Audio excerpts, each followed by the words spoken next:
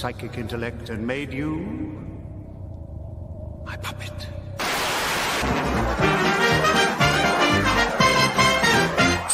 It's a bullseye! And here's your host, Jim Boyd!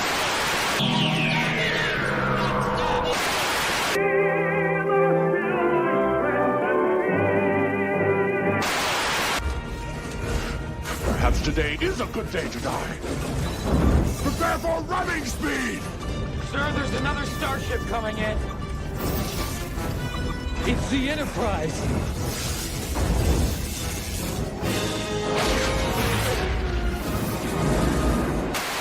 Bone, your shoulder bone connected to you. Neck bone, your neck bone connected to you. Head bone, now hear the word of the Lord. Them bones gonna walk around.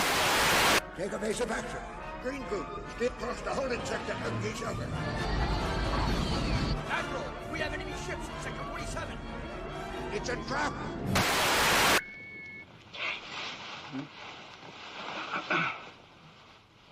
.007 Triple X. Bond, what do you think you're doing? Keeping the British end up, sir. Nobody does.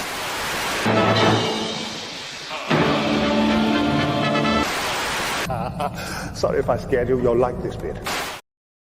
Yes, indeed, Ledman. Yes, indeed, you will like this bit. I think the great Tom Baker is always correct when he says that, and the great Tom Baker is always great. My season 13 is wigging itself to me. I'll probably be in like a week or so.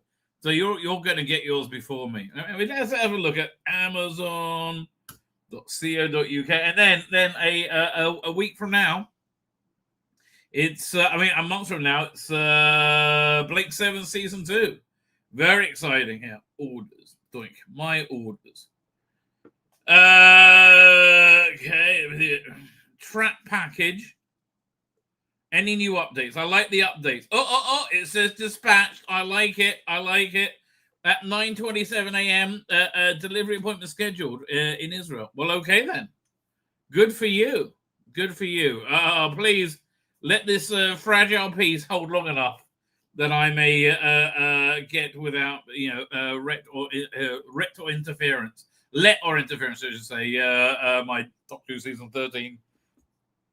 Don't let the Hamas scum take that from us. Oh no, Elizabeth. Anyway, good evening, afternoon. How are you all doing? I hope you're doing well. I did not do a show last night, right? I didn't do a show last night because I was looking at the stuff going on. Actually, there's actually more new news today, right? Okay. So I had a bunch of videos I put out on Friday. Because I was really catching up. I'm like regrouping, catching up after the high holidays. Oh, God. That was I always say this, I think, but that just seemed like a lot of work this year.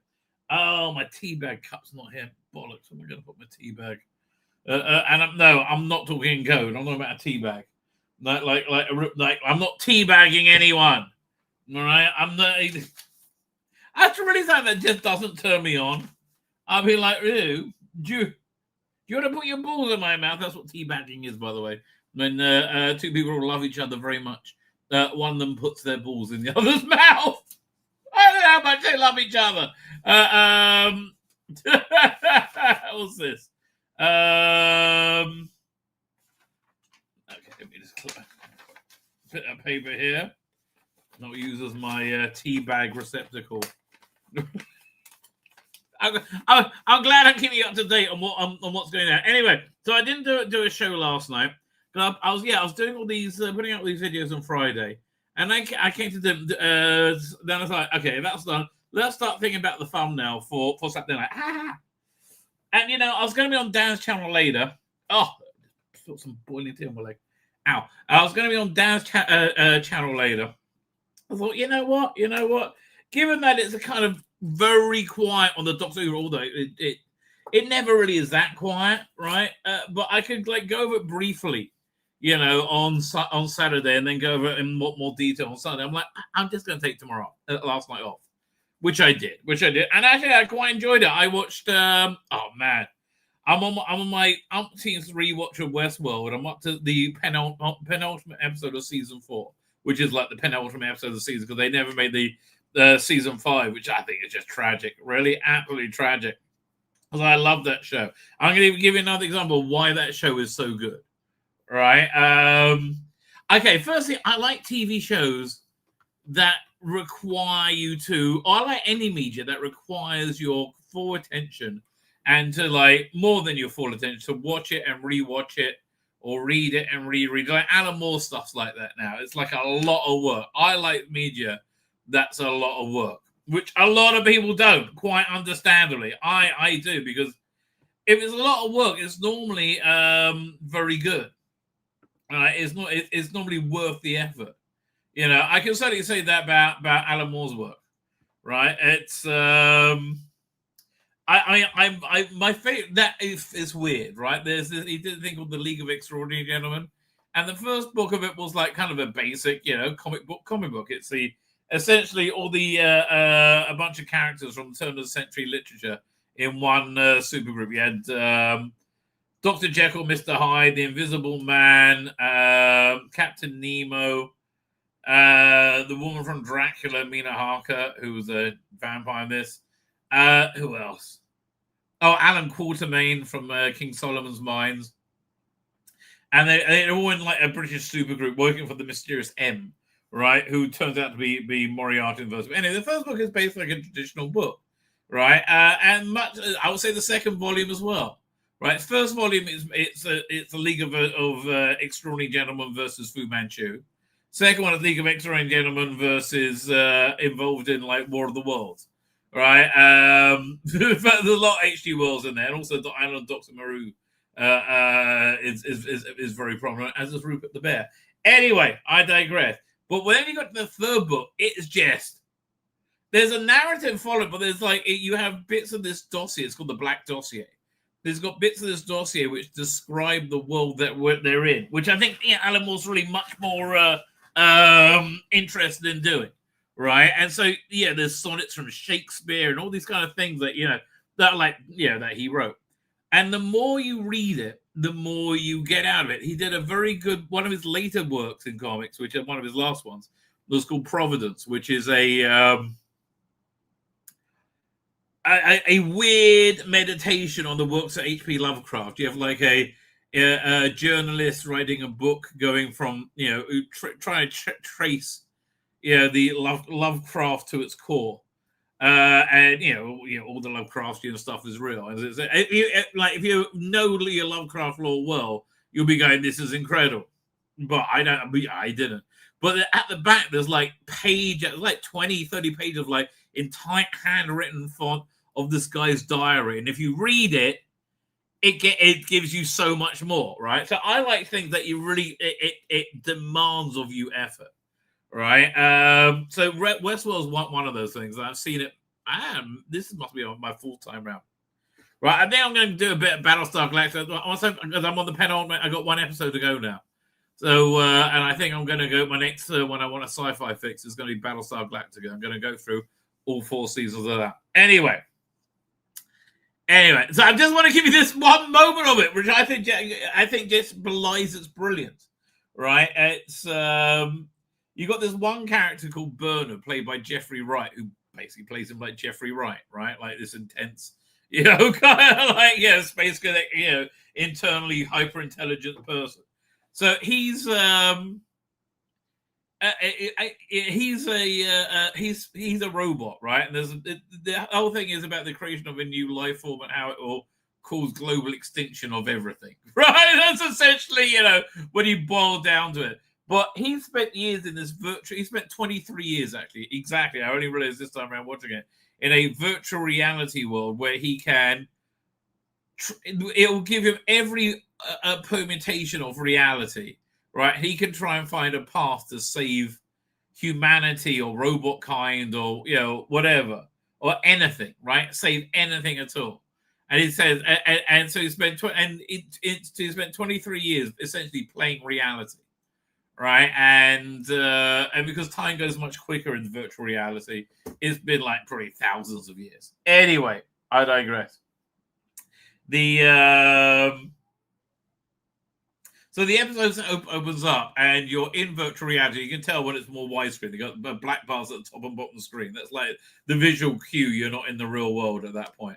And it's that guy Bernard and another incredible character. Oh, Maeve, played by Tandy Newton. She's awesome in it. Right? If you ever want to do a black female spy movie or several movies, she would be perfect. Oh my god, she's fantastic in this. She really is mesmerizing. Anyway, so see, in the virtual reality, they're doing this attack on this this place. I'm not even going to go into like all the different but Tandy Newton's character realizes that she's a virtual version of her. Right, and you got Jeffrey Wright's character saying, "Now, are you just saying that because that's what I think you'll say, or is that what you would really say?" And you hear him like musing about what's reality, what would really happen, and then it cuts to the real world, and that scene's actually happening now. Right, it's happening, and he's played out every version of reality. And it's subtly different when it gets to real reality. But I just thought it's so clever, right? It's such a clever way of telling stories. If I confused you and you had no idea what I'm talking about, well, again, I think that's Westworld. I often think it might be a show made just for me, right? Which I'm like, well, okay then. I think that's about right. Anyway, ladies and gentlemen. Oh man, it's hot. So Jews can't go to Birmingham then? Like what? Wait, what? Man, that is crazy. That is crazy, right? The Jews can't go to Birmingham. Like really? That may be a sign that you're not on the. Your society may not be doing well, right? When Jews are barred from your second city. That's not good. And the thing is, they're barred and they're going, aren't we good? And they're just proud of it. It's insane. I mean, how convenient to hide behind procedure. I wonder what he would say if the police said it's too difficult to police a Palestine march. We're worried about the safety of participants. We're just going to have to ban it. I have a feeling that perhaps the conversation would be slightly different. Let's be clear here about what this ruling actually said. It was that the Maccabee fans would not be safe. It's their safety that's also being... Yeah, they mean Jews, okay? Well, they mean Jews, darling. ...brought up here. And I want to ask, why would they not be safe? Because they're Jews, darling. Because they're Jews. Why would Israeli football fans not be safe in Britain's second city? I'll tell you exactly why. Because you spent the last 2 years allowing Muslim extremists to lie and scream and scream and scream and scream. And basically most people ended up buying it after a while. Right? Most people, yeah, there's a few. I would say the minority didn't, but most said, "Oh, there must be something going on." There really wasn't. I was watching the Lotuses the other day, and the guy was saying, "Oh yeah, but these fans, they were really awful because they screamed death to Arab children or something when they were attacked in Amsterdam." And look, I wanted to say this guy, maybe they did. But, much more likely somebody just lied and made that up, right? Because that's the kind of thing that they do all the time, right? And I just don't know why you would believe the Arab side on anything ever. But they do. People do. It's crazy. Anyway, you spent the last 2 years saying we're Nazis doing a genocide, right? That's why, right? That is why. And the people who believe it most will live in Birmingham. And that's why I can't. And that's why I'm not going to go to England. Are you crazy? Are we seriously saying, just after there's been this terror attack in Manchester, an anti-Semitic terror attack, that we cannot have Israeli football fans come here and be assured of their safety? And we're seriously saying that. That's a policing issue. I think it's disgraceful. The petition that Ayub Khan signed and was behind with Jeremy Corbyn was about the fact as well that Aston, the area, is a very diverse area. It's not. Why is that diverse when it's mostly Muslims? That sounds like not a diverse area at all, right? What are you fucking talking about, you moron? Very diverse. It was diverse, that wouldn't be a problem. majority Muslim, and that those people. So you can't be majority Muslim and diverse, right? You can be one or the other. Diverse area, majority Muslim, and that. Yeah, I would have said, read that back in. This is such a tell, isn't it? What is with her nose? Her nose looks weird. Fact as well that Aston, the area, is a very diverse area, majority Muslim, and that those people Jews would not be walk safe through this area. No, that those people would not be safe from the fans. Okay, so I think Robert Jenrick, when he made those comments. Yeah, no, Robert Jenrick was spot on, and far be it from me to support Robert Jenrick. Man, I was listening to what's his name? Is it Peter Benjamin? Paul Benjamin? What's his name? Akkad of Sargon of Akkad. Whatever his name is, I can't even bloody remember, right? It's oh, 1 second. What's that message come in? Is that the good lady wife?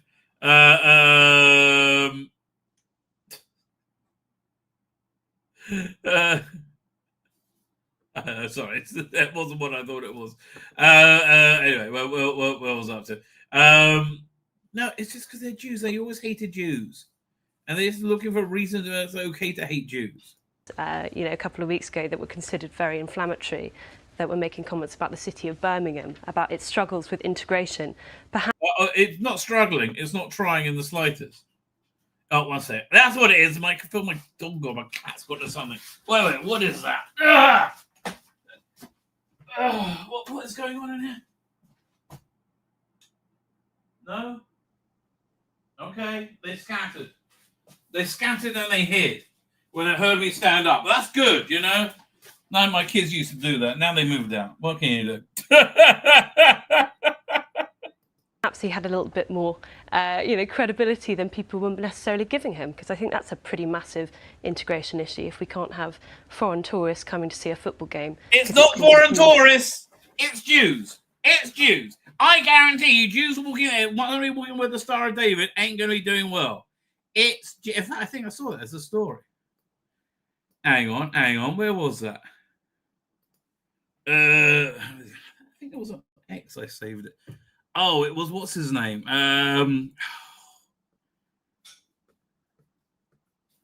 Okay, what is going on back there? Who is that? Is that Lola or is that Daisy? Or is that Whitey? I don't know. It's one of my animals doing something. And I don't know what here. Let's see if I saved the story. I'm sure I did. Oh, is this it? Wow, look at me go.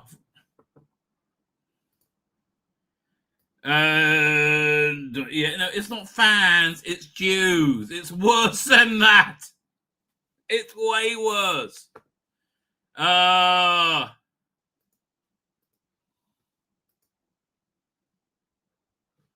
this is it. Jewish man arrested in London because Star of David necklace offended pro-Palestinian protesters. He wore a tiny symbol of his faith and was cuffed for 10 hours and treated like a criminal. What a shame the London police would rather the peace radicals than deal with it. Well, that is the issue. Right. Do we have a... Okay. This animal, whoever it is make me crazy. Do you have a link to a story about it? Yeah. What can I tell you? It's not good news, right? Generally speaking, it's not good news. Man, okay, one second. Okay, I'm going to catch him this time. Oh, no, it's a cat playing with something. It's fine. Okay, where was I up to? Yeah, sorry. So then at the same time, here we go. Yeah, file. We got, remember Bob Villain crying about being cancelled in every way? Let's listen to this. It's so pathetic. In 1 week, my band, Bob Villain, were due to support Canadian artist Grandson on his North American tour. And then this happened. Alright, but have you heard this one, though?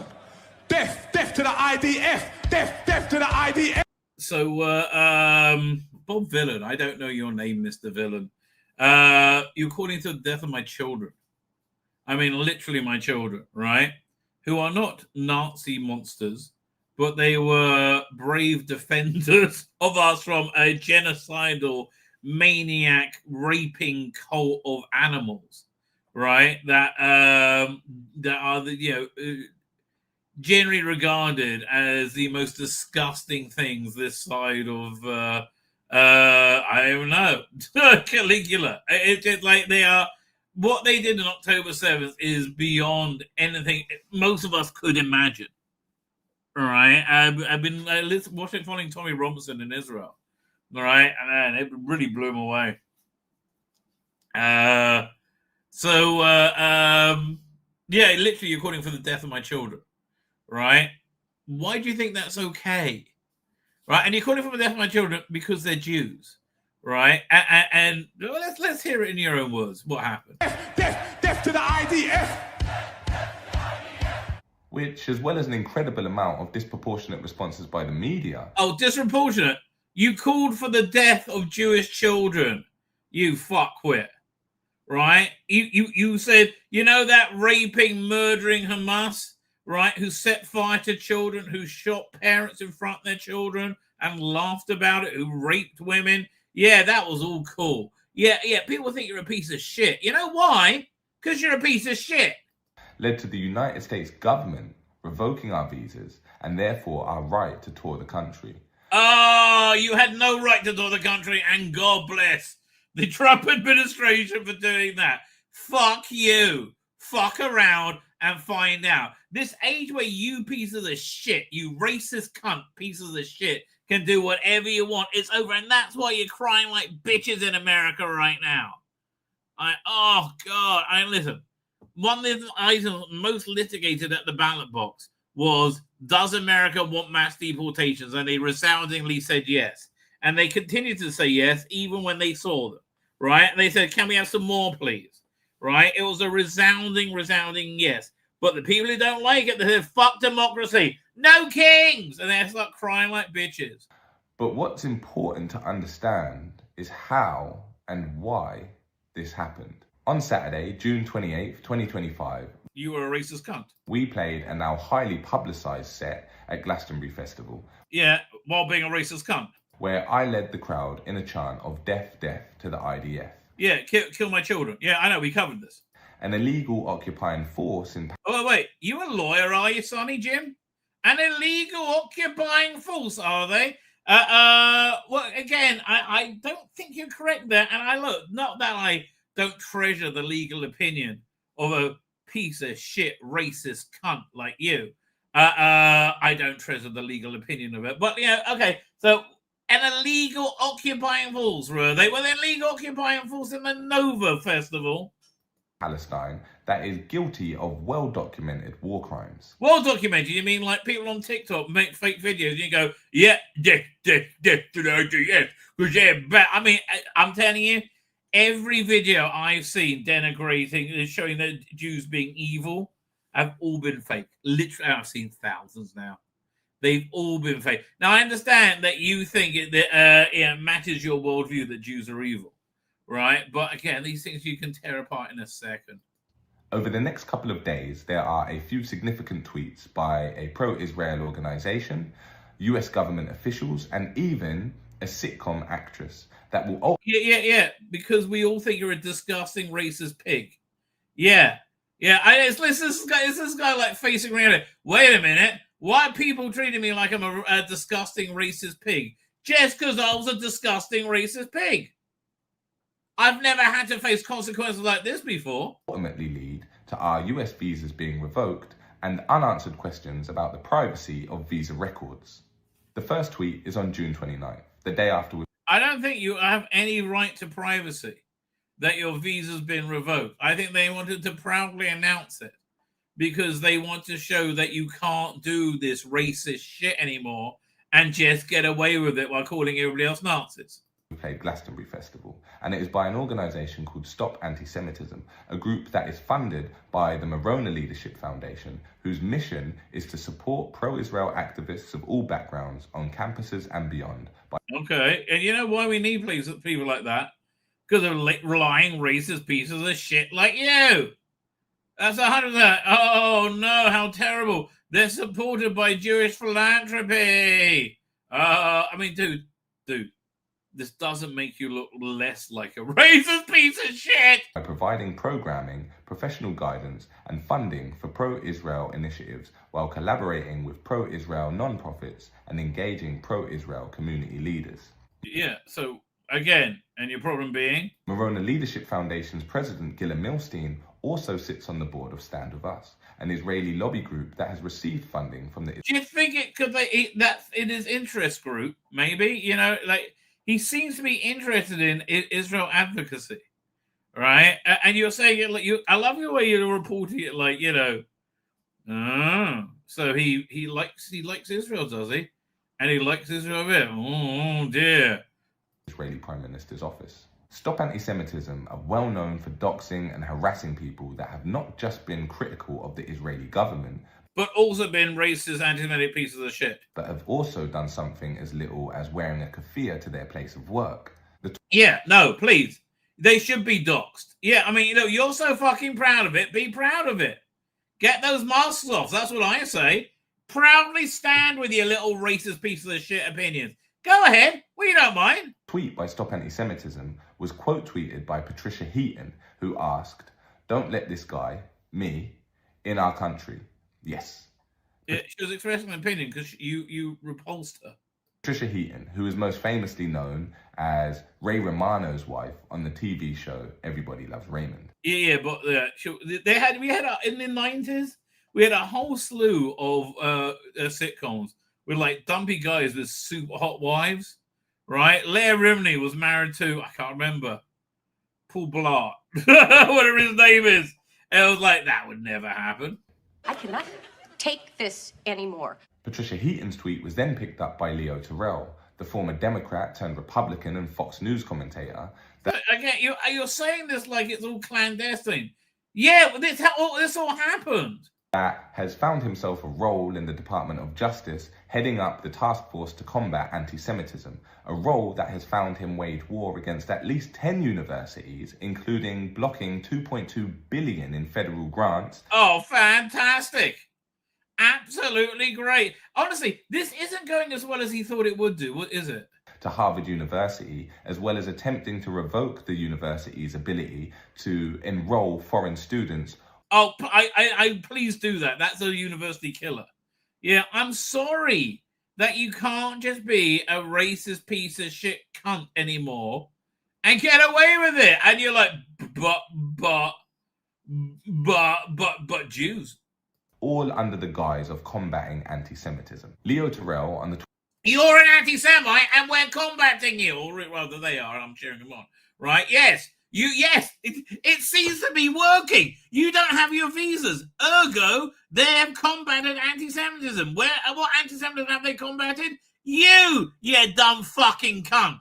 That's the anti-Semitism they combated, and it seems to have done it quite well. Now, cry some more for me, you little bitch. 29th of June, quote tweeted Patricia Heaton, saying, "My first call tomorrow is to the Secretary of State office, tagging Secretary of State Marco Rubio." The next day, the 30th of June... this is how Twitter works, you dumb fuck! I mean, honestly, do you remember that Red Dwarf where Rimmer was reading out his dice rolls in old games of Risk? That's what this is like. I'm about to give up. He's so boring now. Received an email informing me that my US visa had been revoked. 1 hour later, Deputy Secretary of State Christopher Landau, who is second to Secretary of State Marco Rubio, who is awesome in every way, one of the Israel lobby's top paid politicians receiving over $1 million in funding, replied again, that's not such a huge amount, to Patricia Heaton and Leo Terrell, saying, "Done. Visas revoked. Foreigners that glorify hatred and violence are not welcome visitors to our country." What's not clear about that? Right?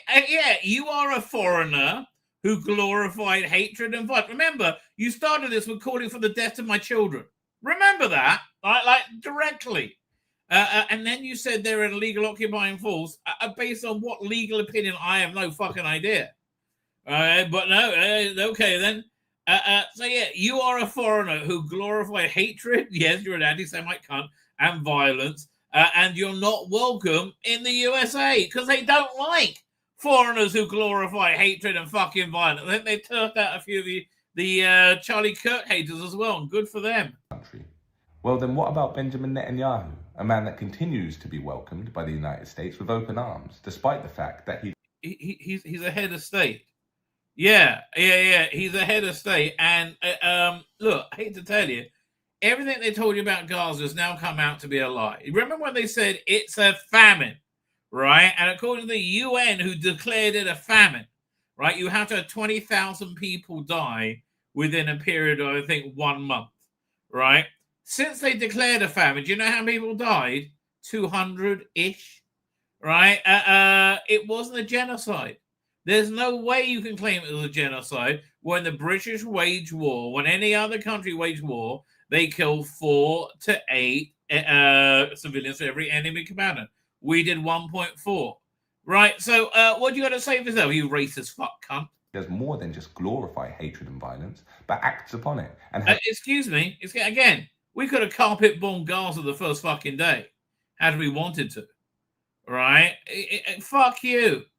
You know, your civilian casualties in Gaza are so fucking low and light and easy because we are merciful. Acted upon it by sanctioning the killings of over 60,000 Palestinians. Hamas has said it's 42,000 of those were Hamas fighters. Right? Yeah, I get. So why don't you mention it? I know why you don't mention that. I know. Yeah, this is just a guess. But I know why you don't mention that. Because you're a racist little fuck cunt. That's why you don't fucking mention that. In the last 2 years alone. Later that evening. Yeah, what you mean, since they started the war and had their ass kicked, relentlessly. Oh, but let me be clear. You crying little bitch cunt. Which is what you are. Right, let me be clear. We won that war. We won that war so fucking decisively that there's nothing left to talk about. A press briefing was held with Tammy Bruce, the spokesperson for the Department of State, where journalists asked, how do you decide when it's okay to speak about revoking someone's visa? Because for years and years and years, decades in fact, in covering this building, it's always the mantra has been visa records are confidential. Mm-hmm. And yet we have a situation where an entertainer in the UK. So I tell you what then. Why don't you bring a lawsuit against the United States of America? Right? Does she have an answer, or is she like, who gives a shit? Well, what's the deal with this law? Does it not really apply unless you want it to? Unless you don't want to talk about it? Now, why is it that the mantra didn't? Well, why did you cut her off and didn't give the let her answer? I think, again, mate, you got to understand, you're a racist loser piece of shit. Oh, now she's answering. Let's see what she'll say. What we do know is a very public dynamic with individuals. We have a very public policy and procedure and process now that we're discussing regarding national security and how we are handling the visa process. Maybe not. It seems quite obvious the reason why the mantra suddenly changed around privacy regarding US. Yeah. They wanted to shame you, and they wanted to make an example of you. They wanted people to learn that playtime's over. Right? You're right. If you're an anti-Semite cunt, you can't pretend you're not an anti-Semite cunt anymore. Right? You just can't. Visa records. And that reason is fear. Such a chant taking place on the BBC, broadcast live from one of the most well-known festivals in the world, is terrifying to people that have a vested interest in the killing of Palestinian people. No. It's not terrifying. It's offensive. Right, and frankly, I'd rather there's no killing of Palestinians. Right, I just wish they wouldn't stop. They would just give back our hostages and move on. And when they did give back our hostages, it all stopped. Did you notice that, Bob Villain? And the removal of them from their land. So no. Again, we've actually worked strenuously to keep them in the land. Don't be wrong. Gaza is bombed to shit. Right, it's going to take years, decades to rebuild that. Right, but I think it's going to be rebuilt without tunnel networks of terrorists underneath. What do you think, Bob Villain? Do you think that's a good idea? They fight that fear with fear. By unprecedentedly revoking a band's visas so publicly, you create fear in other artists. Yes! That's the... Yes! Duh! Exactly. They were using you to send a message. Yes. Oh, fuck me. Finally worked something out.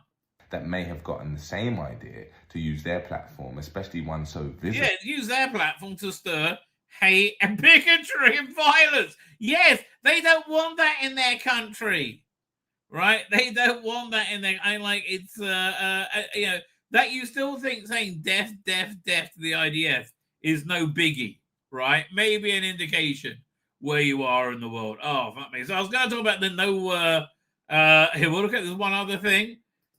Which is just it's Keir Starmer sweating, which is always wonderful, right. So Keir Starmer, he's the Prime Minister, where the England second city became verboten to Jews, right? Mr. Liberal, Mr. Human Rights Lawyer, watch him sweat and lie. Here we go, Doink.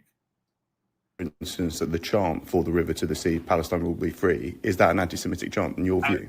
Look at him. He's a rabbit in the headlights, right? So what are you going to say? Are you going to say that your mate Sadiq Khan likes racism? Is anti-Semite? Yes. A lot of people up and down the country since October the 7th have commented on the marches that go on and the insecurity and the delegitimization of Israel, treating it as it's somehow uniquely evil amongst all the nations. Do you think that you yourself have done enough to personally challenge some of the language about it? He is so fucked. Look at him! Israel, including from some members of your own party. We have challenged on a number of fronts, and quite rightly too. The first task I had as leader of the Labour Party was to root out anti-Semitism in my party, and that I made that the first priority. Yeah, but then you became Prime Minister and it exploded. I knew that we wouldn't be able... Honestly, the only thing that Bojo was good at was being not anti-Semitic. Okay, that's really his only plus, which makes me upset. I have to throw him under the bus, but I have to throw him on the bus. Able to put ourselves before the electorate until we've dealt with that in our party. I think we need to take the same approach with the country, with the same... Well, where have you been for the last 2 fucking years, or the last year at least? Right? You don't want to say no to Muslims because you want them to vote for you. Determination in relation to anti-Semitism. The marches, it's the cumulative effect of the marches, the repeat, and the impact that has on so many people. But also what is said, what is chanted by some, not all, within the marches. I think we need to absolutely address, and that's why I've... Well, it's been a year, and you've been... Oh, that's okay, baby. Asked the Home Secretary to carry out a review, and she's already moving on the... Oh, she's doing a review. Oh, everything's okay then. Oh, I thought there was a problem, but no, the Home Secretary, is it Yvette Cooper? Fuck me. Is doing, that wasn't a request, is doing a review. Just push you on that specifically. So do you think, for instance, that the chant for the river to the sea, Palestine will be free, is that an anti-Semitic chant in your view? Yes. Yeah, okay. And so you've taken, that puts you in a different position to, say, the Mayor of London, who says that that's not, and it's dependent on the context. Well, I take a strong view on this, and we've dealt with... No, you don't take a strong view on anything, you lying cunt. Oh, man. I mean, really? I haven't lived throughout all the time, but this has to be, right? This has to be the worst Prime Minister of all time. Cases in my own party where people have used that expression, and we've taken action against them. So I'm not just saying it to you here today. That is the history, that is the record that I have as leader of my party. Yeah, he's going to do so badly, right? Then when he dies and goes to hell, he's going to end up having to be the rent boy sucking Neville Chamberlain's cock. That's how bad it is, right? That's how bad it is.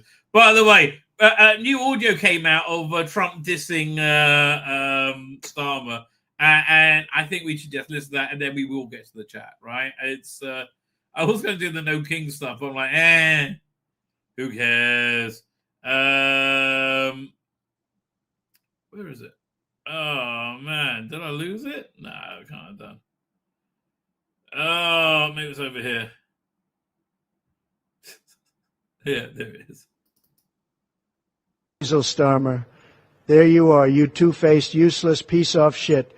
Now piss off back to England and resign before you screw your country up even more than you've already done. Can't argue with that. Cannot argue with that, ladies and gentlemen. That's what I think we should look at. This is what Trump should be doing today during the No Kings protest. Come out. Wave. Oh, they're all so triggered. They're all so triggered. Fine. Let us get to the chat, ladies and gentlemen. The chat of the triggered, or you're non-triggered if you're here, I guess. Doing. Oh, we got to get this story. I forgot. Mel Gaze is back. Yes, it is, Sydney. Oh, Bad Wolf in Deep Talk 2 Live. It's weird as hell, right? It's weird as hell. She kind of like, just originally is forward. She does look kind of like a young Alex Kingston for a second, right? Or Alex Kingston? No, not Alex Kingston. The other one, the one in charge of Torchwood 1. Tracy Ann Oberman. All right. Wait until she leans forward next time. And then there you go. A little bit Tracy Ann Oberman there. Okay, there you go. What are we up to, baby? Just here. I didn't know there was a Sherlock manga and a Tokyo Ghoul. Any good? I bought some from Bin Blande. I don't know. I don't really read manga. Darren Evans, how you doing, Darren? Thank you for joining us.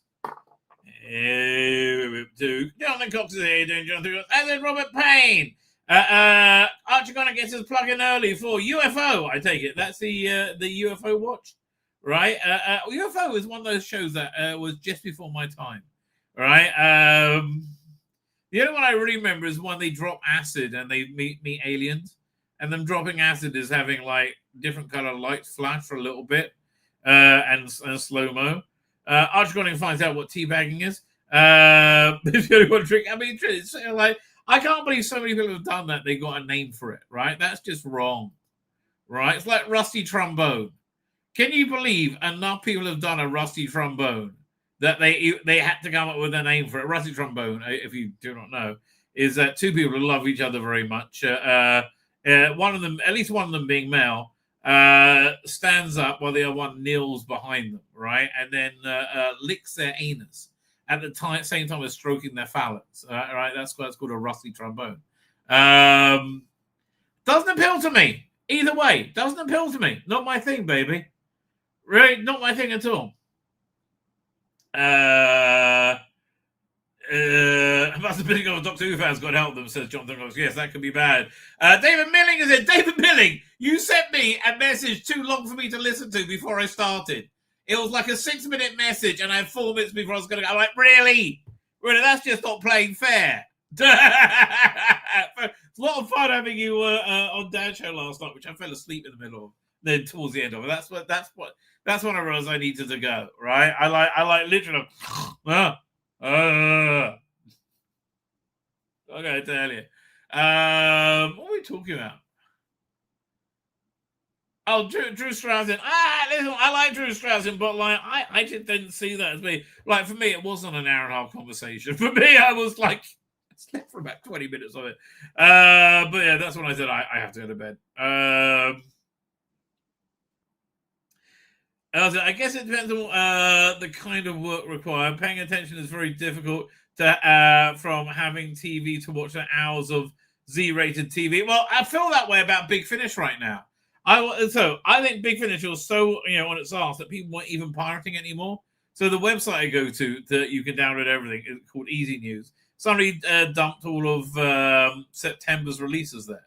So I've been listening to Alaxon because I was interested. I was going to buy it, but I've been burnt too many times before. Right? Every time I buy something, it's shit, right? Or it's woke shit. So I was listening to it, and it's so fucking boring. I'm so glad I didn't buy it. Right? I get to the episode, and it's a chore to get to. I feel like I should finish it so I can review it. But it's like, it's painful. It's a chore. It really is a chore. And it's boring. And it's repetitive. And it's overlong. It's badly directed.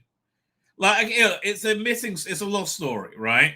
So the episode length should be around 25 minutes, not like 35. And these things are padded to fuck, right? You need to go with Edward Scissorhands to clean that thing up, right? Badly directed, and it's hard to see what's going on, understand what's going on some of the time. And yes, I don't know. Maybe it would have been more interesting in 1990. But like, it just seemed to be like a very, very samey Seventh Doctor story, right? There was really not much. I'm so glad I didn't buy it. Right? I'm like, I'm so glad. And then when I like that, I'm like, no, I'm not buying it. All right? It was really bad. Well, not really bad. No, I take that back. It's not. It's just really bland. It's really unnecessary. Now, I also got the Tom Baker box set, which everybody says is good. And if it's good, I'll buy it. But I'm not going out on a limb. Like, I can't trust them anymore. Just can't. Such a shame. Right? And I'm really thinking of just getting a subscription to Audible.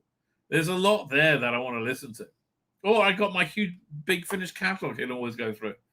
Graham Joy is here doing great. Who didn't like From Beyond? Like Reanimator From Beyond? I saw that in a all-night film show in the Scala in King's Cross. I don't know if it's still open. Right? These have these awesome movie all-nighters where you can smoke in there, and it was like a drug pit. Oh, it was awesome. That was like Hellraiser 2, Elvira Mistress of the Dark. No, Reanimator From Beyond, then Elvira Mistress of the Dark. That was the all-night show one night. That was brilliant. Archicon says, I have to be fair, heard several things regarding Birmingham, including that the Macu fans are known for violence. Yeah, no, I don't think so. I mean, yeah, it's there was like a pogrom against them in Amsterdam, and then they said, oh, they were saying that they were chanting. You should prove it at this point, right? I mean, I'm not going to take hearsay because they lie about fucking everything all the fucking time, right? So yeah, I know, I understand that's a claim. Let's see it, shall we? Let's see it. Let's see it in context. And I'm not going to take an anti-Semitic mob's word on this one, I'm afraid. Right? And again, it's not Maccabi Tel Aviv fans, it's Jews. Right? It's Jews. We were to David Milling is here. I've already said hello, but I'll say hello again. Why not? I mean, Bob Villain is the name of the band. Who cares? I'm just glad they got their visa revoked, the dumb fucks. If he ever performs, some crowd needs to try and say, try that in a small town, or all that matters. Exactly. Try it in a small town is a good song. Bob Villain is a band name. The chap's name is called Pascal Robertson Foster. Obviously, he would have a double barrel name, right? D-I-D. I mean, like, do you want to run through your fucking idiot head what you're saying, moron? And like Rusty Davis complains as well. Oh, they say you can't still say that about Israel. What? Lie about all the Jews? Yeah, no, you can't. Weirdly enough. Right? Oh, God. And this is a man who thinks you're a Nazi if you don't want to have a chick with a dick as the central focus of your Doctor fucking Who. Right? Oh, the oppression ball. Oh, no. Oh, yeah, no. I tell you, this guy literally killed Doctor Who. We should get there in denial about that. Duncan the Funky Evans is here. Yeah, Duncan the Funky Evans. We have to find. Toyota says, I'm a lefty. I don't have any consequences. Exactly, right? Was through the chat. Who would just say, yeah, the guy's a bore. The Bob Villain guy. Matthew Pounder's here, Matthew Pounder. Who else we got? James is here, Neville Chamberlain. He's got the sausage. Well, I don't know what that means, but good for him. Good for him. From the river to sea, Palestine will be free, and of Hamas, as one can only hope. Right? For some reason, now I'm just thinking of the Babylon 5 movie, The Sea of Souls, where they had the hollow brothel. Right? I thought that was a quite cool idea. Didn't Mel Gates go? Oh, yes, it did. It did. We had to fight and fight and fight for it. Now it's back unashamedly. I'm very, very happy about it. Let's start off with that. We're up to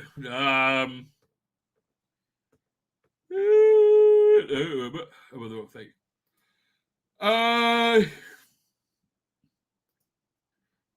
Doink. Here we go.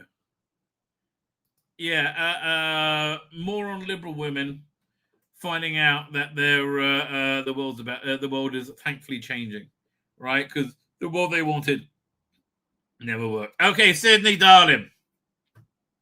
Wonderful though you are being a bit distracting. Hate to tell you. I do hate to tell you. I like being distracted by you, don't get me wrong. But, I only flesh and blood. Is this... Okay, this is the last rotation, I think. And there you go. Well done, Sydney.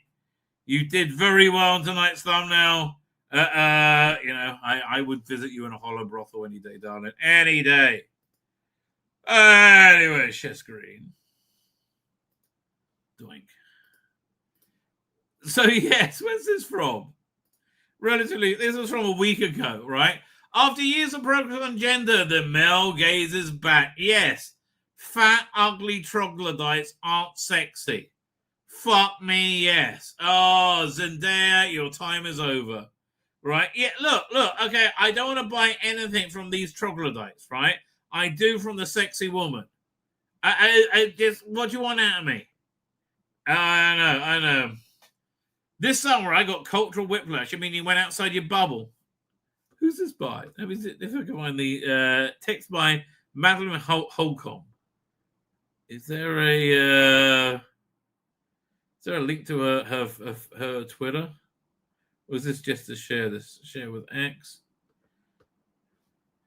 I got to see if she's got a... she must have an X bio. Let's have a look. Yeah, I'll look over here.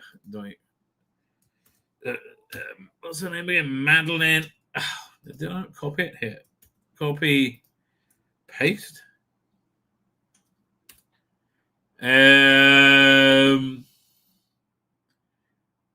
People talking about it. This article,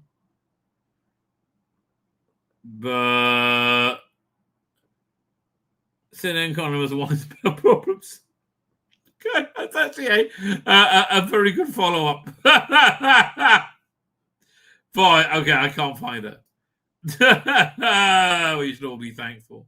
This is the follow-up. This is so funny. Yeah, we accept everything. CNN Connors winds about problems so dumb it's hard to believe it's not satire. Well, that's basically where we are with this article, right? That is 100% where we are with this article.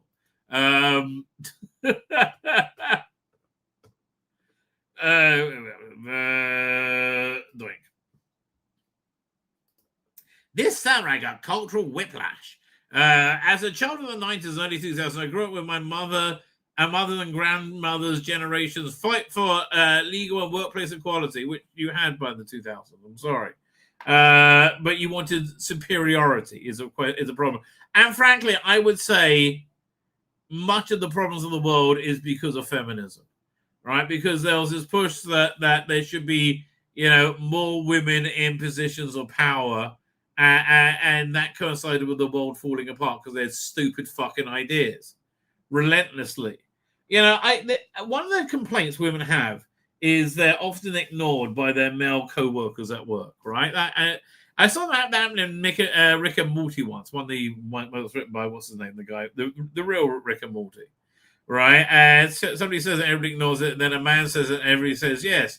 I think what's going on is this: women say something thinking they're saying one thing. I mean, not universally, but it comes out dumb and stupid. Yeah, and people just ignore it, and then it's refined into a workable manner when a man suggests it in the same workplace, right? I really think that's I don't see women just being ignored, even though they think they are. I don't know. So fine, you had no fight, right? Helping shed social misogyny. In the past decade in particular, I saw evidence of progress in my media diet. Yes, so did I. That's when everybody abandoned their media diet, if you recall. Right? That's when everybody stopped watching movies and TVs and everything started to fail. Right? Movies, shows, books, and advertisements, I assume, were increasingly giving women a seat at the table. Yeah, I know. And selling less products, in general. I mean, do you remember the Gillette ad for the toxic man? Oh, that was here. Let me see if I can pull that up. There we go. Juliet toxic masculinity ad. Let's see if this comes up with it. Oh, is this it? Oh, here it is. Oh, that's this is a segment. Hang on. Doing download. Here it comes. Downloads. Yeah, Archon's right that sex sells, but anti-sex repels in the same way. Is this the ad? Excuses. Boys will be boys. Boys will be boys. Boys will be boys. But something finally changed. So you may have a conversation about this ad in your workplace or among your friends today. Yeah, morons. Yeah, it's over. Woke is over. Your ideas were bad and nobody liked them. Not even women liked them. Yeah, these are all wedge issues by depressed, angry, empty, single women who didn't feel valued. That's really where it came down to. There we go. In the past decade, and blah blah blah blah. Heron chic fell away, and body positivity entered in the fashion world. Stories about women stealing your man were traded for a celebration of girls who resisted the competition for men's attention. By the way, this parallel article, which they're trying to make me pay for, which I'm not going to, right? I regret belittling men. At 63, I've ended up alone. Yes, I know you have. Right? I'm not signing up for my free trial. Fuck off, iPaper. Right? This is a story about a woman who was a good feminist and put men in their place and was and now she's miserable and alone. Right? When my husband and I got married earlier this year, our vision of what our life could be included a wide range of possibilities, influenced in part by movies and shows we grew up in. We saw, read, and listened to stories that involve fathers, successful mothers, well-matched partners who support one another. Well, here's the truth, though.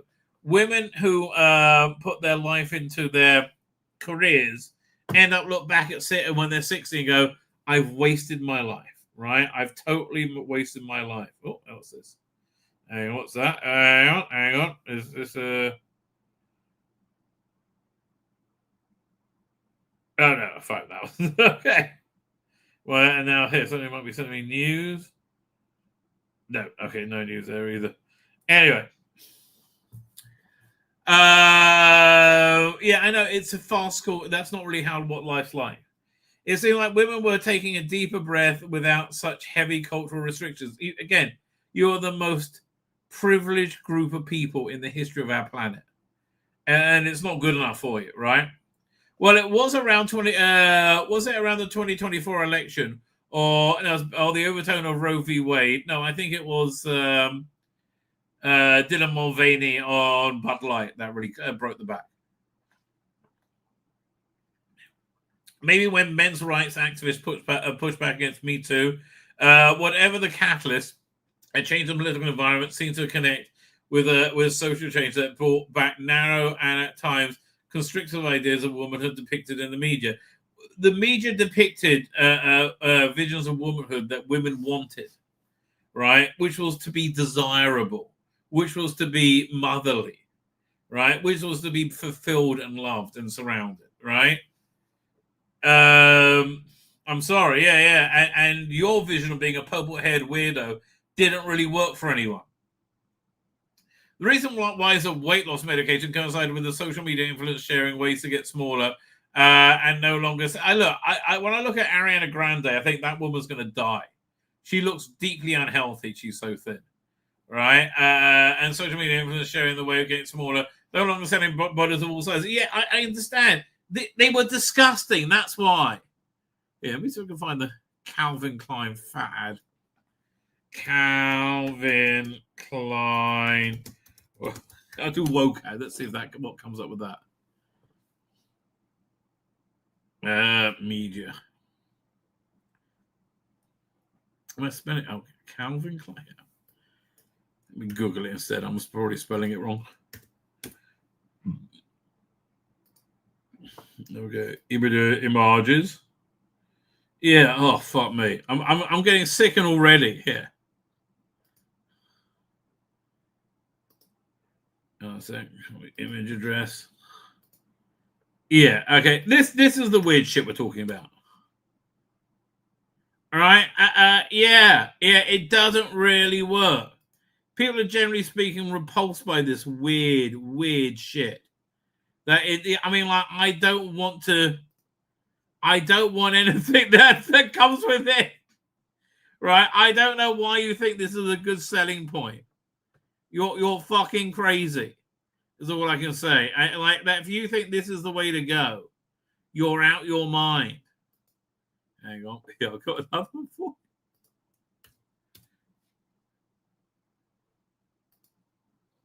you. Yeah, how about don't speak your truth? Keep your truth to yourself, darling. That's what I would suggest, right?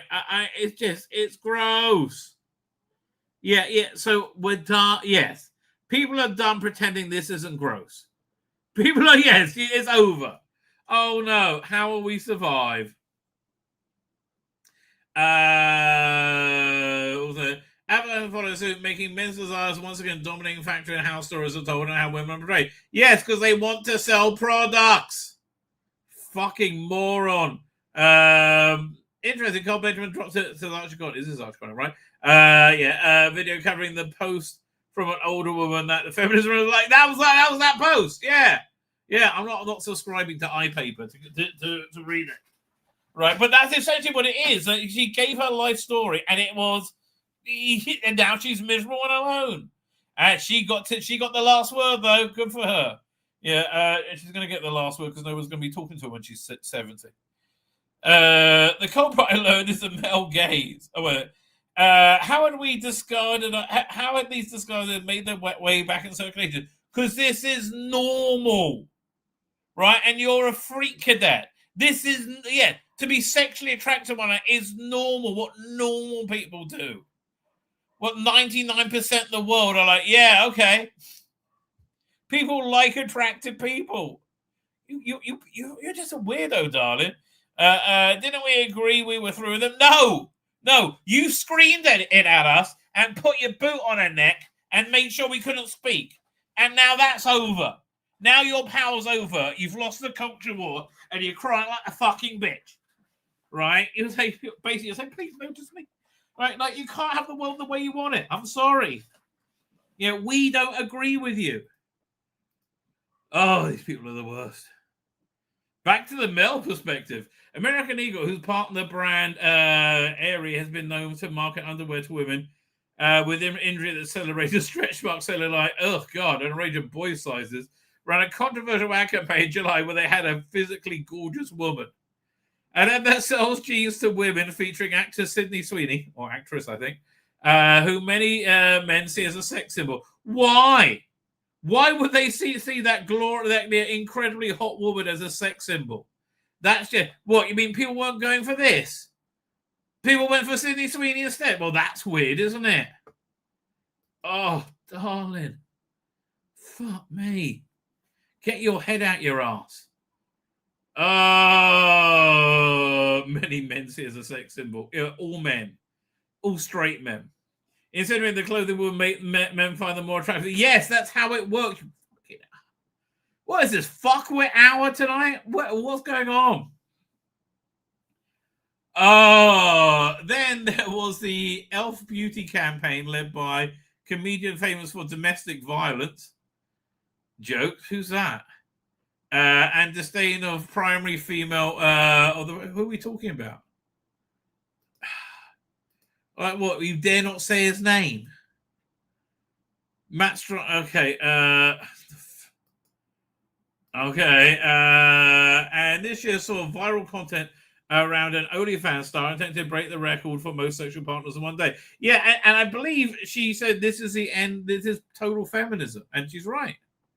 A lucrative career move that even made her a more viral bashing of the wives and girlfriends of her sexual partners and suggesting men cheating is the fault of the women who aren't available for enough sex. Well, again, that is a factor. To pretend that isn't a factor, you can't be a cold bitch and then expect to have a good sex life, right? You treat your man like shit, he will go looking. 9 times out of 10.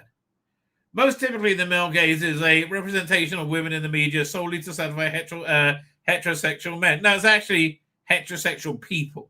Women prefer women being sexy.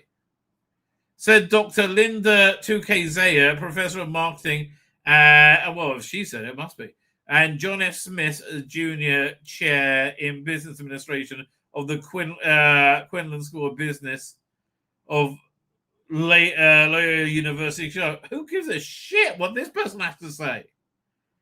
Well, tenured professors, I don't care. I don't know. Bake me an apple pie first, darling. Let's see how that is. Then we'll see what whether she could do. In the eye of the beholder, what normal people.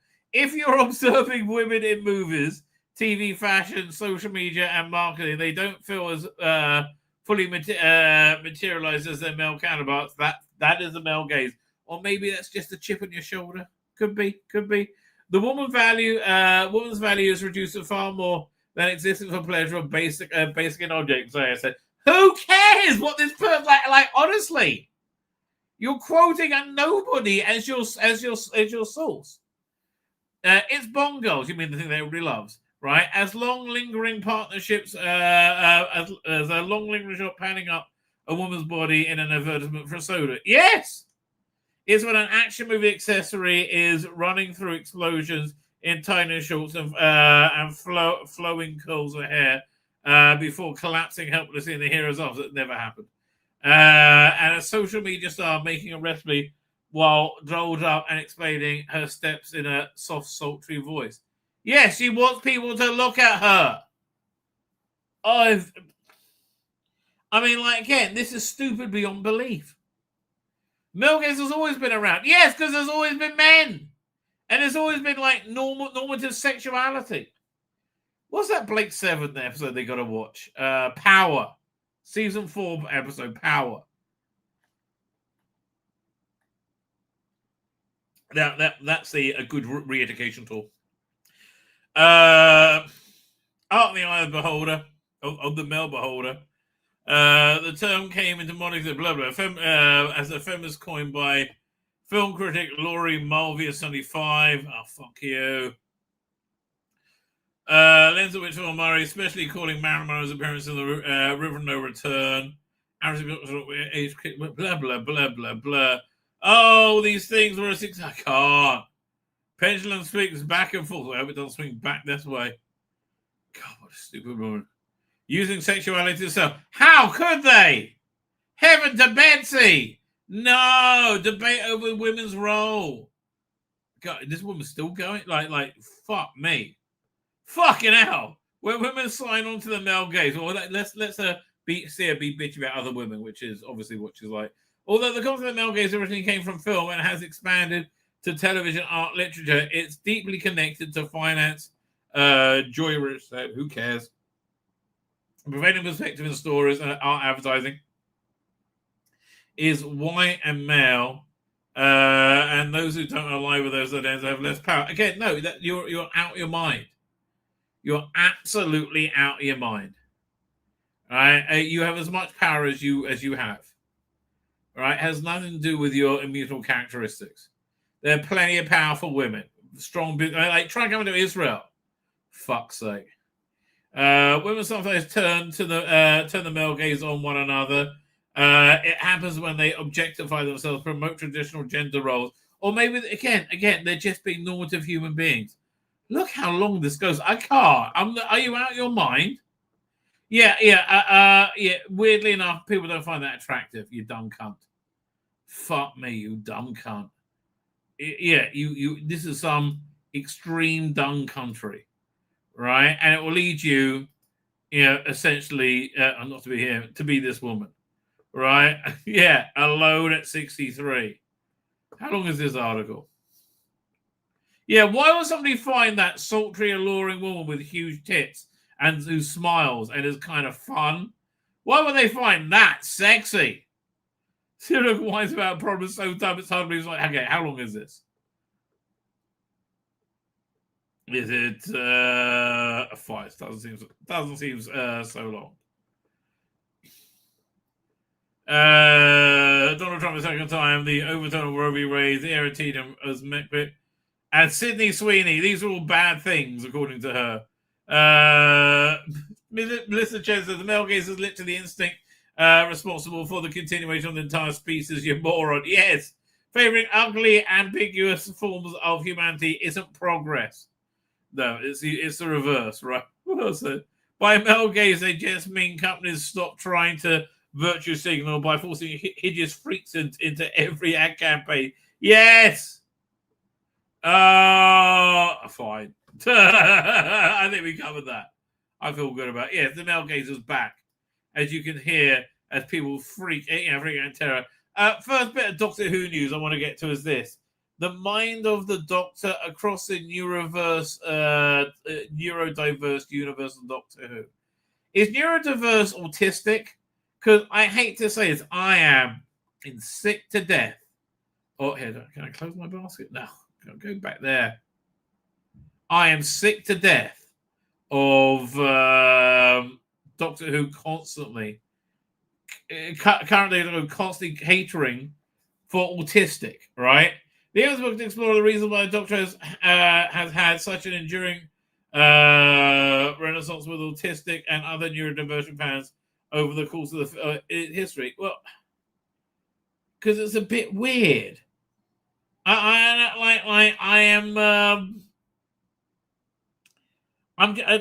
just so over everything being. Oh, at least this isn't an official book. I thought this was an official book.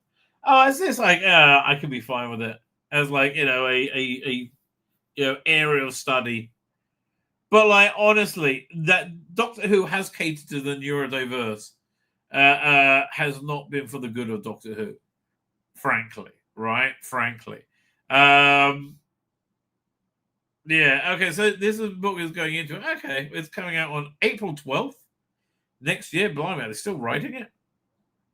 Hardcover is March 26th. Film and cultural writer Lillian Crawford explores these fascinating themes with direct reference to her own life growing up as an autistic woman during the post-2005. Fuck me. No, okay, Linda Crawford, you're not that interesting. That people want to know your life story. Film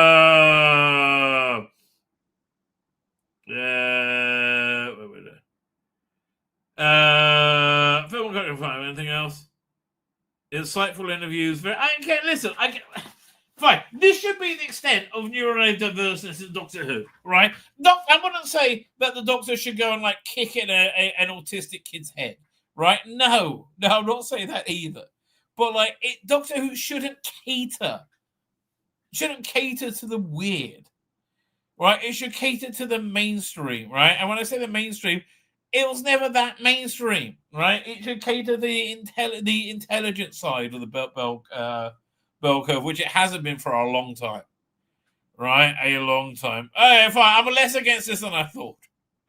Although autism may explain this next little story, which is Bizarroville, right? I think now this one goes first, though, doesn't it? Fine. So I think this was a follow from Rob Shearman saying, "Yeah, Doctor Who's dead as a door now, isn't it? It's fucked. It's dead. It ain't coming back. It's on its back, gasping for breath. It's coughing up blood. Right? Yeah, no, they've totally killed Doctor Who. How do they kill Doctor Who? Well, I think this picture says everything. Like, who wants to watch this woke shit? Can we zoom in on the picture? Like, who? I mean, really? Everyone's an identity. Muslim, wheelchair, woman, not white, gay, not white, weird token white woman. There was a gilf, milf, and a chick with dick. Okay, like wonderful. Like, who would want to watch this? Like, again, who goes, oh yeah, Doctor Who's in a dress with a tranny and a wheelchair babe with a rockets in a wheelchair, and a woman clearly, like, what's her name? Susan. Well, they clearly look like they're on crack over here. No, it's just like, how would anybody think this? In the future, when this is all over and it's ending, we're gonna look back on this and laugh and laugh and laugh at you people. Oh, and not laugh at them because they're those people. Laugh that they think that anybody would possibly want to watch that. Doctor Who produces Serious Future and lies for our ass. Defense stories that reflect the world we live in. They don't. This does not reflect the world we live in. That's why nobody's fucking interested in it. Fuckwit. We've had no sense of Disney that measures up to what's being written about Doctor Who. Yes, you have. You've had no sense of, really. I'm sorry you can't pick up on it. Most sane people can. While Doctor Who fans continue to look forward to the spin-off series, The War... No, we don't. It's going to be woke shit. Starring another whiny gay actor. Coach, yeah, no, you've lost it. It's over now. Shut up. It's expected to arrive next year. The future remains in flux. No, it doesn't. There's okay. I honestly, if Disney turns around and said, "Yeah, we'll have more of that," I will be amazed. Right? I will be genuinely amazed. The BBC ever confirmed the series will return with or without a production Disney. Yeah, look, I'm thinking obviously there's going to be when the War Between Land and Sea comes out, there'll be an announcement of who the new streaming partner is and who the new creative team is, which I think is very important for Doctor Who to continue to have a streaming partner. The BBC have confirmed, but as we wait for news on that front, it remains uncertain when and in what form the show will come back. What form? Now, Jane Tranter, executive producer and founder of Practically Bad Wolf, has addressed that about the show's future in an interview on the broadcast. Tranter says, "What happens next is between the BBC and Disney Plus. We know what's happening, and Bad Wolf certainly won't be the first to know. I take responsibility for lots of things, but gloriously on this occasion, this one's out of my hands," right? The article notes that Tranter believes the decision on whether to continue the deal will not be financial or algorithmically driven. Well, how? If it is, you're sunk because you've been a complete failure, right? Well, if they do continue, you're right. I know. If they continue, it won't be financially or algorithmically driven because it'll be just insanity. Meanwhile, Tranter also reflected on criticism of the show, with some viewers and media outlets labeling the show as too woke. Really? Exhibit A? Again, how do you get woker? No, too woke. Oh, they're just making it up. It's the alt-right, really. Oh, too woke. Why would anybody have that criticism? It doesn't sense. In all honesty, I've had no sense from Disney Plus that measures up to what's being written on Doctor Who. All we do, well, obviously Disney Plus was woke as fuck until they hit their reverse button, which they're in full reverse right now. Like, no, nothing woke. We're nothing. Cancel everything woke. Reverse. Run away. Run away from woke. That's really where they are. Right? That's really where they are. Addressing this, all we can do is tell stories that reflect the world we live in. Again, you don't. This is not the world we live in. This is a fantasy world where you get to feel like a virtuous person. Right? This is not the world we live in.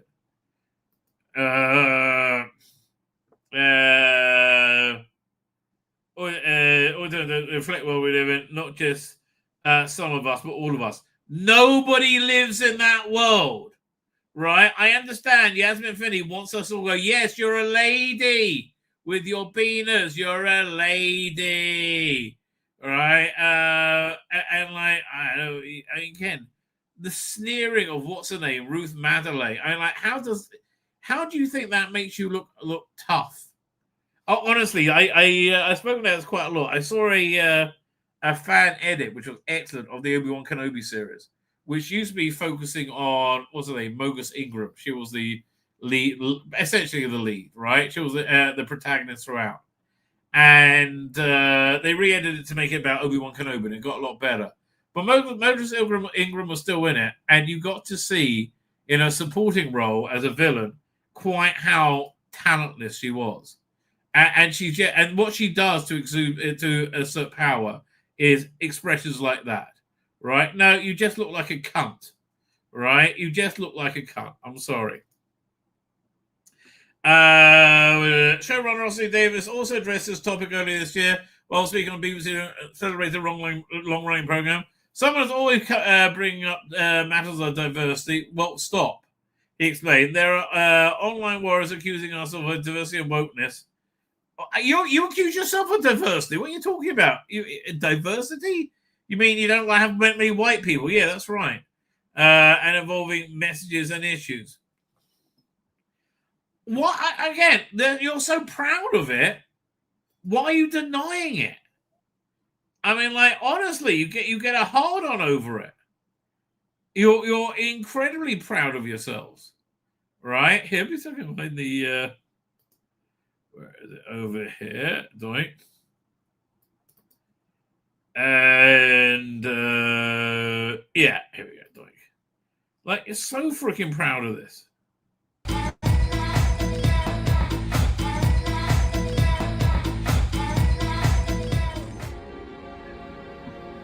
I tell you what, when we both get out of this. Oh look, Shooting Cat was playing somebody who's super gay. Who never seen that before? Bloody hell. It's not woke. Let's argue across the stars. While fucking each other up the arse. Yeah, normal thing you expect here on Doctor Who.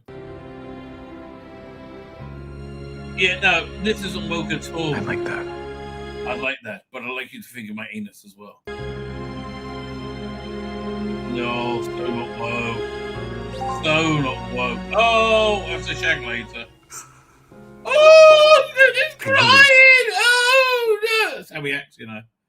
Oh, fuck off, Shooty. Nakuti, I think is how he pronounces his name now. Pain the fucking arse, whoever he is. Who's contractually prohibited from playing Doctor Who ever again. Yeah, not someone. That the. In all honesty, I have no such thing as that measures up to anything about written Doctor Who. All we can do is tell stories that reflect what we're doing. Disney don't, not just some of us, but all of us. Okay. Rusty, someone always brings up diversity. The online warriors accusing us of diversity. Again, you flag wave about it, and I have no time for this. But you do it though, because of what you might call diversity. I call an open door. Again, I don't call it diversity. I think it's. I saw a clever woman calling Birmingham diverse because it only has Muslims in it. No, that's not diverse. I don't have a second to bear because you what you might call it fine. The most recent Doctor Who ended on surprisingly the Kuti Gatwa bowing out as a doctor, certainly not being fired. Right, okay, but so then we had this little video. Oops, sorry. Or Jane Chandler speaking about it. And then I'm going to show you the report about it, which is makes it seem very, very different, right? Where is it? Jane Chandler, doink. Forgive me for sitting here with you now and not asking. Well, they'll have been alarmed to read what the writer Robert Shearman said. What's the necklace say? Is that a high? Hang on. Let me see. Let me open this up on my computer so I can see better look. Whovians would not forgive me for sitting here. Wait. No, it's a wolf. It's a bad wolf logo. Okay, it's tacky shit. Chai is a Jewish symbol. Earlier this week, you described Doctor Who as dead as we've ever known it. As dead as we've ever known it. That's really rude, actually. But it is. That's what it seems to all of us. It seems as dead as we've ever known it.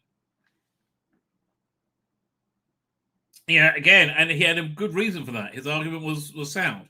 And really untrue. I think maybe. How's it really untrue? Are you making any more? He didn't see the final episode of the last season with the great big tease that Russell T Davies laid out there. Do they really believe it's continuing? I mean, maybe it is. I mean, I've seen stupider things. Look at that. Look at that Star Trek they've got coming up. Do they really think it's? I mean, okay.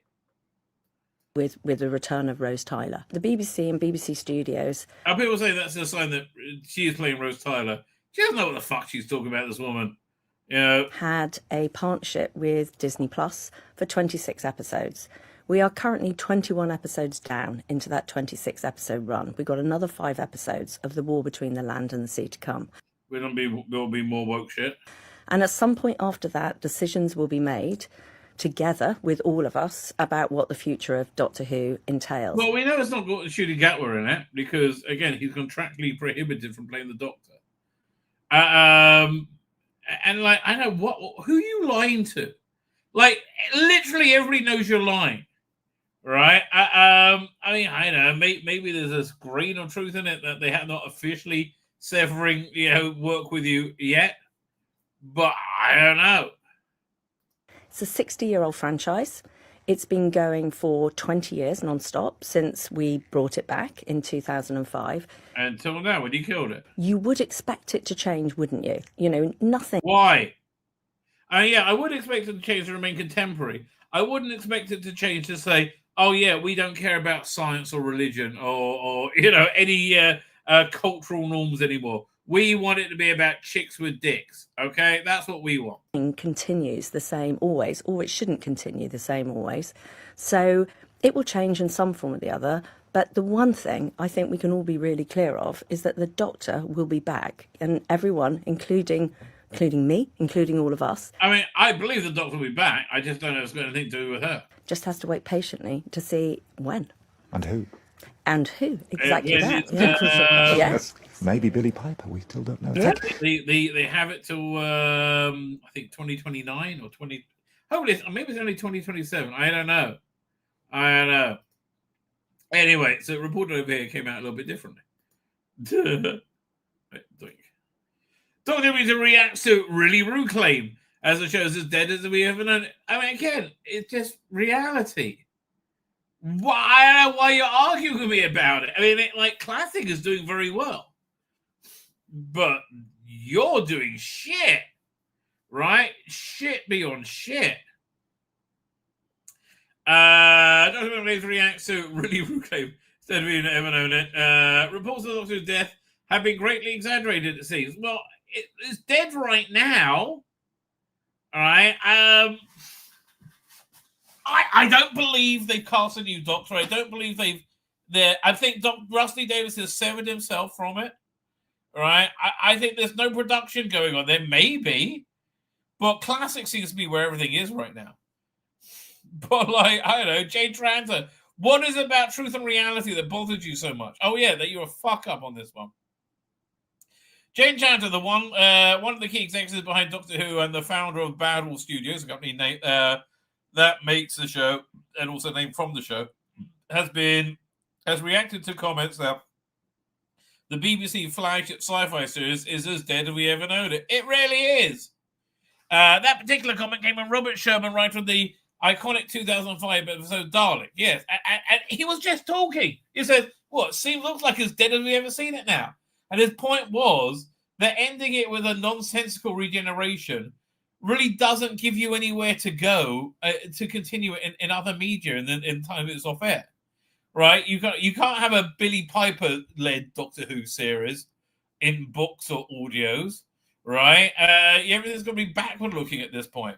And I'm sorry, as a watcher of the show, everything since 2017 has been nonsensical and self-contradictory, right? It's like there's a reason we begged you to retcon it away. And had you retconned it away, right, and actually tried to do good Doctor Who, right, this show would have been as huge as you thought it was going to be.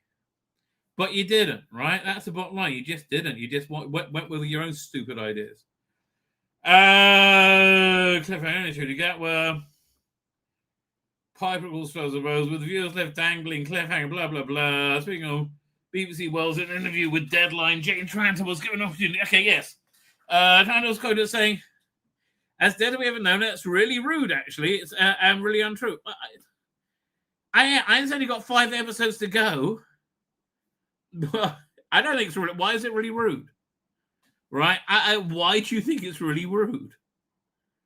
Yeah, so talk about it a little bit more over here. What's the headline? Is Sharon dead wrong about Doctor Who or just bold enough to say it? How long is this? Okay, we'll go for it. I think he's just... he didn't realise he was saying anything. It was because it's so patently obvious. Right? I don't think he thought it was breaking any major news here. Few statements can ignite the Doctor Who fandom quite like somebody declaring the show was dead. It's dead! I like, how is this even a discussion? Well, that's exactly what Robert Shearman recently did. Q fandom outrage and even response from Bad Wolf. Amidst the outrage, I couldn't help wondering, doesn't he have a point? Of course he does. Let's be honest, Shearman didn't say anything radical. He simply gave voice to the creeping suspicion that we've all been too light or too afraid. I haven't. That the Doctor Who, the show built on perpetual motion, now feels it's run into a major stop. Is it dead? Is dead too strong a word? Time will tell. I think it'll come back. But I think right now it's dead. But Sherman pointed out something structural, not spiteful. And he deserves a fair response. If you care about the program, if you live and breathe the messy miracle, you have to engage in the argument, not just outrage. Well, you engage in outrage when you can't answer the argument. That's essentially what's going on.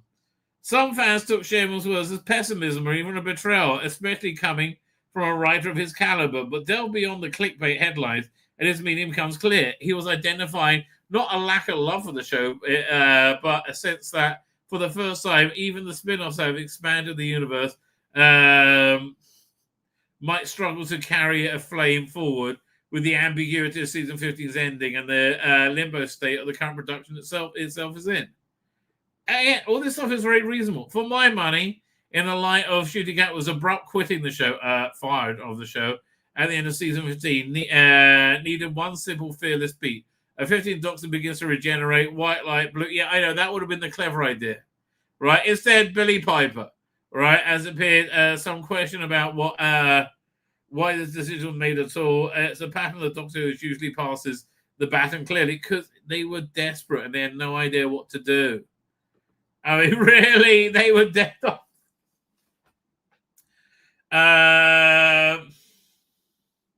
According to Billy Piper herself, the scene was a last-minute addition, filmed in haste, but all indications there was no firm plan of what comes next.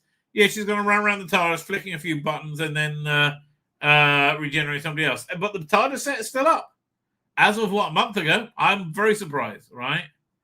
If Doctor Who was about to end, Russell T. Davies may have wanted to do it on his terms, and if it continued, it would likely be an intriguing hook. But the result, however, a paradox is seen designed to serve two futures and now complicates both. Exactly, yeah, it was a failure. And that's what Jane Tran doesn't like. It was a total failure. If the show does return and Davis is not at the helm, the next showrunner inherits the cliffhanger not of his mate. Just reboot at this point. They did not choose to cast Billy as a Doctor, nor do they choose is she or isn't she regeneration yet. They will have to somehow resolve it somehow. No, ignore it. Started like in 2005 with Christopher Eccleston, right? Do they confirm her as the next Doctor or quietly retcon the whole thing, retcon everything after Peter Capaldi? Either way, it adds baggage where there should have been a clean slate. That's exactly right. Doctors weathered a more weathered narrative complexity before. Successful showrunners often inherited messy continuity, but this moment feels different. Feels different this time, bro. The ambiguity is not building towards something; it's a hedge. And Paul's disguised as a twist, and that's what Sherman, I think, is really pointing out. It's what we all feel. He said this show feels as dead as we've ever known it. Not because it's been officially cancelled, because it's been caught in a moment where it cannot easily move beyond any medium. Right? In that sense, Sherman's worlds feel less like criticism, more like diagnosis. Yeah, again, saying that, I don't think he was being malicious in the slightest. Honestly, don't. I doesn't strike me as being a malicious person. I think he's lamenting the absence of the space of continuity to resolve storytelling. For over a decade, Doctor Who could continue even like it did in the Wilderness Years. Absolutely, it did not have to be this way.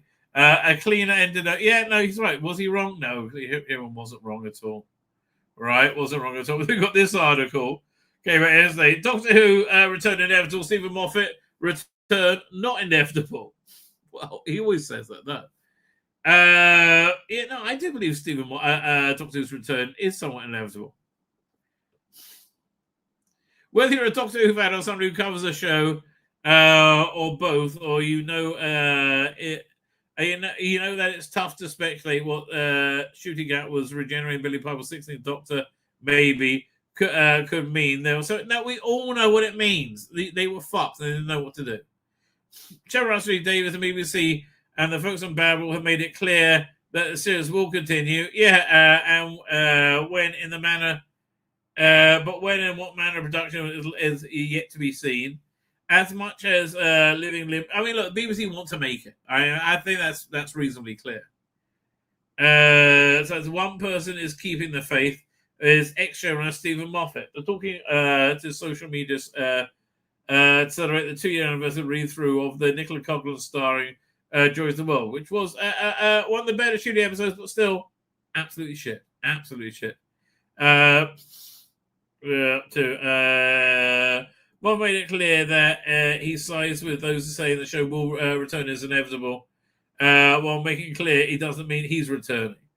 Yeah, no, exactly. He has to make it clear. There's nothing he would return to. Well, I want to tell you. What are you going to return to? There's no show. I think, listen, whoever takes over, he should return, right? But again, look, I was reading on over Sabbath. I pulled this out. I haven't looked at it in like 20 years. Literally 20 years. These books, I Who. Here's what I can find. Terrible covers, right? Absolutely terrible covers. Was it Mad Norwegian Press, I believe? Norwegian Press. Do I have to pull up the image of them? Yeah, what's that? Over here. There you go. Here, doink. Put it over here. Share the screen. Video phone. If you're interested in the Wilderness Years Doctor Who, there's 3 books, and they are really. I mean, the covers are terrible, right? Absolutely terrible. They do cover pretty much everything made in the Wilderness Years. They all the BBC books, all the Virgin books, UK customers, Doctor Who books. Where is it? Who? And you get a synopsis of each story. I just generally think it's really fabulous, right? Genuinely fabulous. This, I think Brian Hitch did that cover. And again, truly epically awful covers, but very, very good book. Yeah, and also covers all the Big Finish audios to about 2003, something like that. Again, big recommend, right? Really, really big recommend. But again, this is what I think is going to be happening. Fan stuff is going to be becoming much more important and much more central. Right, it already is. I mean, I love the Cunning Monkey cut downs. Right, I think they're fantastic. I like the what's it again? All the fan stuff. This up. So this is coming from what's it called again? The people who do the Doctor Who annuals, Terracus. Come back here. Terracus. Productions presents When the Scars Screamed, a Dalek anthology, written by Charles McCory, illustrated by Charles Warples. Don't know who either of those are. With contributions by John Pill, Terry Malloy, Seb Short, Mickey Lewis, and Tom Texter. They don't hate you. They don't fit you. They simply don't believe you have the right to exist. Raising up for great awareness of MS. Not suitable for the faint of heart. Contains graphic depictions of violence and terror. This looks really good, right? This looks like it's going to be really good. Good for him. I mean, like, I do like the work they do there. It's really good stuff. Also, they talked about this on Down Channel on Type 40. I can't wait till they do it in more detail. You had a quick look at this Peterborough Museum, right? And it looks fabulous, right? This looked absolutely fabulous. It blew my mind how fabulous it looked. It was you had like the Emperor Dalek from Evil of the Daleks there, and all these props lovingly reconstructed. Oh, and just gorgeous. So if you can get there, Sylvester McCoy is going to be there for the closing of it, I believe, November 2nd, right? You should really go. You should. It really looks absolutely fabulous. What looks absolutely cringe? Okay, more. I forgot. We got one more bit of insanity from Bad Wolf. Yeah, we'll share screen. Oh, so much insanity. So much Bad Wolf. Let's add a bit of arrogance in as well, because, you know, what's life without that? Dr. Who Generosity Davis honors 10 years of Bad Wolf. It's the company's been around for 10 years. Bad Wolf, the production company currently producing Doctor Who and other produced TV series, is 10 years old this year. Originally formed by James Tranter and Julie Gardner after they left the BBC to go independent. They named the company from the season-long arc with Billy Piper's Rose, blah, blah, blah. David posted a portrait to celebrate Instagram. Here, let me show you. Okay, this is just so cringe. Everything is so cringe. Cringe. Share screen. Where is it? Doink. Okay, that's not cringe.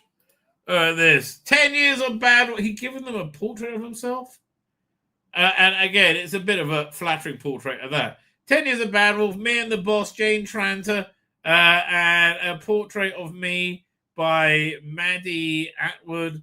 What an honor! And yes, that's the corner of the TARDIS.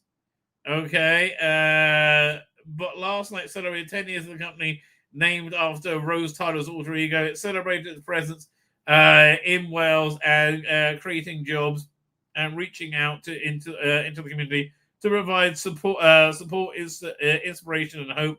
Funny to think back in 2004, I typed those random words. I look back now, the wolf has grown. Sometimes we think it's acted just like Rose intended, calling us together across time and says, happy days. It was happy days until he came back, you smiling little cunt. Who destroyed Doctor Who. But yeah, look, classic Doctor Who is doing very well right now, though. I mean, look, they just released a new figure from Character Options, which I think looks fabulous. I'll put up in more details. Listen, there's a little video of it. Here we go. Look at this.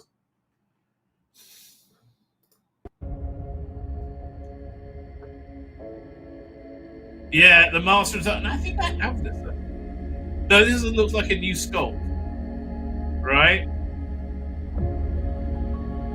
And you got two heads. I got an Alien Master, but what's the Alien Master?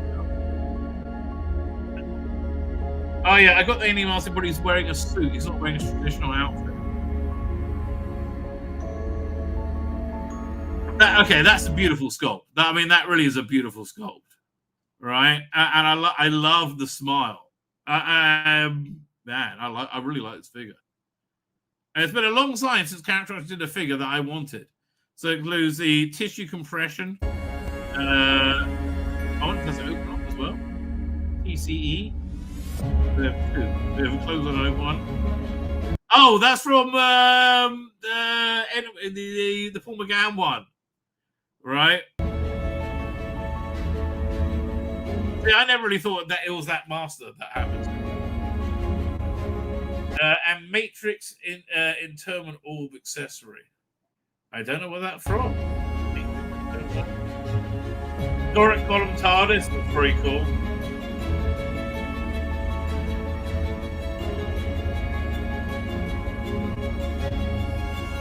Yeah, this is the first time they put out a set that I'm actually interested in for a long time.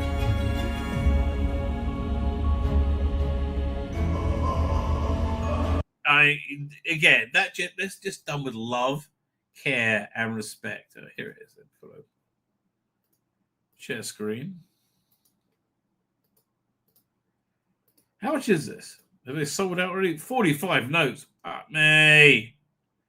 It's very expensive. 45 notes is very expensive. I'm sorry. Is there a way to expand it? But look, it's a very good set. You can't really argue with this. Right? It's a very good set.